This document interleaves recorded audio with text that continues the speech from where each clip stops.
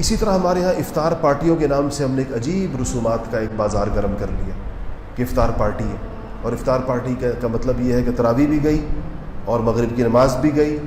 اور سارا کچھ الٹ پلٹ ہو جاتا ہے اس کے نتیجے میں۔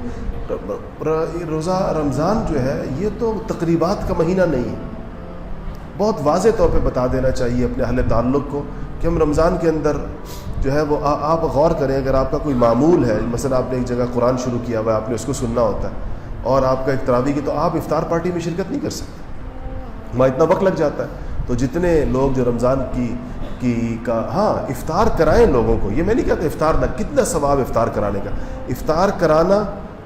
کسی کو افطاری کا سامان دینا، کسی کو افطاری کے وقت پکا پکایا کھانا پہنچا دینا، یہ الگ چیز ہے، اور اس کا فنکشن کرنا یہ ایک الگ چیز ہے جس کے اندر بہت زیادہ وقت بھی لگتا ہے، بہت زیادہ اس کے اندر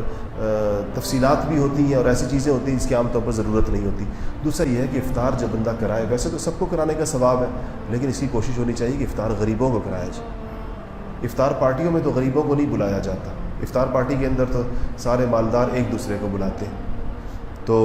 اس میں تو کھاتے پیتے لوگ ایک دوسرے کو بلاتے ہیں، تو غریبوں کو راشن کی شکل میں دے دیں۔ یہ افطار کرانا ہے، سب سے بہترین صورت یہ ہے کہ آپ اگر افطار کسی کو کرانا چاہتے ہیں تو آپ راشن اس کو لے کر دے دیں، پورے مہینے کا لے کر دے دیں، پورا مہینہ وہ آپ کے اس سے افطار کرے گا، آپ کو ثواب ملے گا، وقت بھی بچے گا اس کے اندر اور اخلاص بھی